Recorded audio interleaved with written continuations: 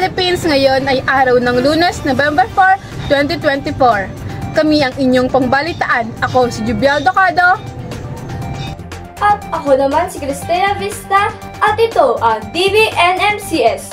Balitang totoo lamang hatid sa inyo. Narito ang mga balitang magpapainit ng inyong umaga. Sa ulo ng mga nagbabagong balita, EDSA 1 People Power Revolution. The second EDSA Revolution, also known as the Second People Power Revolution. Million People Power March. Yolanda People Finder. Para sa unang balita, tara at balikan natin ang mga naganap sa kasaysayan ng Pilipinas, ang EDSA 1 People Power Revolution. Para sa buong detalye, narito si Janine Nato. Magandang araw Pilipinas, ako si Janine Nato nagbabalita.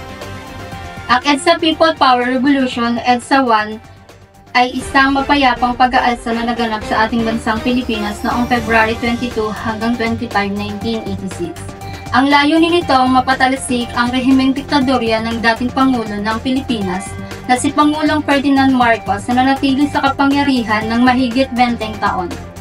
Ang revolusyong ito ay tinatawag na People Power. Dahil sa milyong-milyong Pilipino mula sa iba't ibang lugar, Luzon, Visayas at Mindanao ang nagtipon sa kahabaan ng Epifania de los Santos Avenue, EDSA upang ipakita ang kanilang pagtutol sa pag-abuso at kawalang katarungan ng pamahalaan. Kamusta naman kaya ang naging papel ni Ferdinand Jaime Sin sa EDSA 1? Angel Magpatay, pasok! Maraming salamat Janine Nato. Malaki ang naging papel ni Ferdinand Jaime Sin at ang paggamit niya ng Radyo Baritas upang hikayatin ng mga tao na magtipon sa EDSA at makiisa sa protesta. Dahil dito, naging inspirasyon ang EDSA People Power Revolution para sa mapayapang pagbabago, hindi lamang sa Pilipinas, kundi sa buong mundo. Matagumpay itong nagwakas sa diktatorya ni Marcos at nauwi sa pagluluklo kay Cory Aquino bilang bagong Pangulo ng Pilipinas na sumasagisag sa pagbabalik ng demokrasya sa bansa. Magandang buhay Pilipinas, ako si Angel Magpantay, nagbabalita. Back to studio. Maraming salamat sa mga detalye, Janine at Angel. Para sa ikalawang balita, ito ay kasaysayan pa rin ng ating bansa. Para sa buong detalye, Angelita Catanza, ibalita mo! Magandang araw! Ngayon ay pag-uusapan natin ang ikalawang revolusyong ni EDSA na naganap mula Enero 17 hanggang 20 sa taong 2001. Ang EDSA 2 ay isang mapayapang protesta na nagpatalasik sa pamahalaan ni Joseph Estrada, ang ika-13 Pangulo ng Pilipinas. At korupsyon laban kay Estrada. Noong Enero 16, sinimulan ang impeachment proceedings laban. Oo, at ang desisyon ng ilang senador na huwag suriin ang isang hiyang na naglalaman ng ebidensya laban kay Estrada ay nagbigay daan sa malawakang pag-aalsa sa EDSA Shrine sa Metro Manila. Sa mga sumunod na araw, lalo tumindi ang mga panawagan para sa pagbitiw ni Estrada, lalo na mawiin ng Armed Forces ang suporta sa kanya noong Enero 11. Sa wakas noong Enero 20, nagbidyo si Estrada at tumakas mula sa Malacanang kasama ang kanyang pamilya.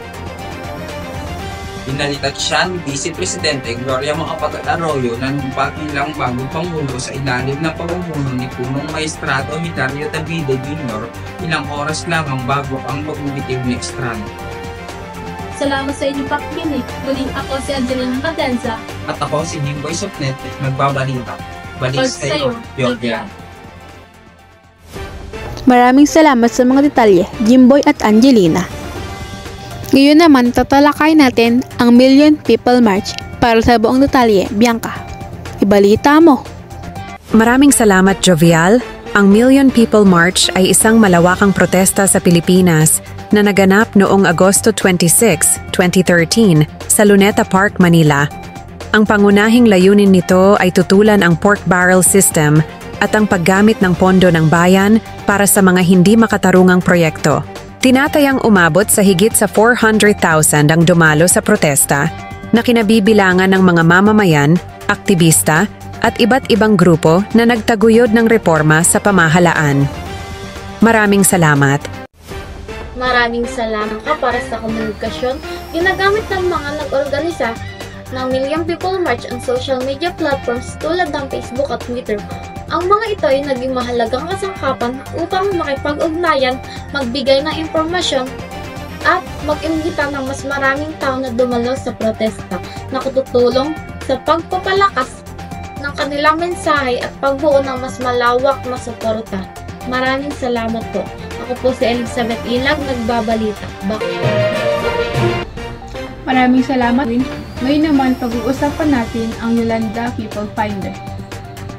Sa gitna ng mga hamon, dulot ng Super Typhoon Yolanda, noong 2013, inulansad ang Yolanda People Finder, isang online platform na naglalayong tulungan ang mga tao na makahanap ng nawawalang kamag-anak at kaibigan.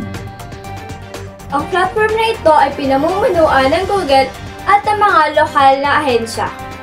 Ay nagbibigay ng pag-asa sa maraming pamilya. Sa pamamagitan nito, ay maaaring mag-upload ng impormasyon at larawan ng mga nawawalang individual, pati na rin ang kanilang huling lokasyon. Patuloy ito na lakas ng komunidad at ang kahalagahan ng teknolohiya sa panahon ng krisis. Sa kabila ng mga pagsubok, patuloy pa rin ang mga pagsusumikap na muling makabangon ang mga naapektuhan ng bagyo. Tumutok sa aming programa para sa karagdagang balita. Ito ang DBNMCS. Nag-uulat, Jovial Ducado.